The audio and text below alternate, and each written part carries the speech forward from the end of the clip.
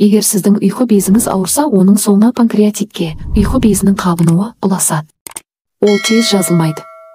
Емі де ұзақ уақытты қажет етеді. Бірнеше дәрілердің тізіміне қоса арнайы диетада ұсынылады. Сіздің сүйікті тағамдарыңыздың кейбірінен бас тартқыңыз келмесе, халықтық жолмен дертіңізге дауа табыңыз. Ол үшін мына 4 емді қолдансаңыз болғаны. Ауруыңыздан әп-сәтте-ақ айығасыз. Егер сізді осы белгілер мазаласа, уақытты оздырмай тексеріліңіз. Қажетті ем шараларын жүргізуді кейінге қалдырмаңыз. Егер дәрігерге баруға уақыт таппасаңыз, онда біз ұсынған мына емді жасап көріңіз. Аскөк дәні. Емдік тұнбаны дайындау үшін 1 шай қасық аскөк дәнін 200 мг қайнаған суға саласыз. Ыдыстың қақпағын мықтап жауып, тұндырып қойыңыз. Шамамен 1 сағаттан соң дайын болған тұнбаны сүзіп алып, 1 жұтымнан күні бойы ішесіз. Сұлы ботқасы. Әжелеріміз ұйқы безін сұлының көмегімен емдегенін біріңіз біліп, біріңіз білмейтін боларсыз. Сұлының қайсы түрі болса да, ұйқы безіне шипа болатын қасиетке ие екендігі дәлелденген. Ем үшін 1 литр суды отқа қоясыз. Қайнап шыққан соң жарты кесе сұлы ұнтағын салыңыз. Баяу отта 10-15 минуттай қайнау керек.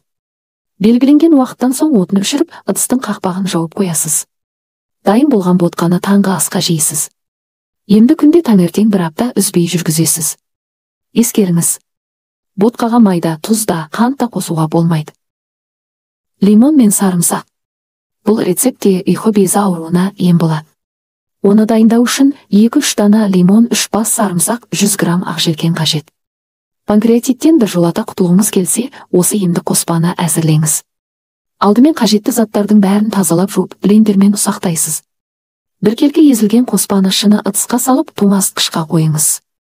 Дайын болған қоспаны тамақтанудан 15 минут бұрын қабылдайсыз.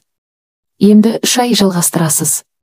Сосын 2 ай үзіліс жасап, саулығыңызға қарай емді жалғастырасыз. Қарақұмық. Ұйқы безі ауруына қарсы тұратын қарақұмық екенін білесіз бе? Бойыңызды билеген аурудан 10 күнде құлан тазайғасыз.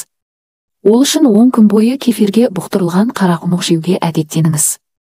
Ботқаны дайындау үшін 1 стақан қарақұмық жармасына жарты литр кефир құясыз. Қақпағын жауып, түнге қалдырасыз. Таңертең жақсылап жетілген қарақұмықты таңғы асқа жейсіз.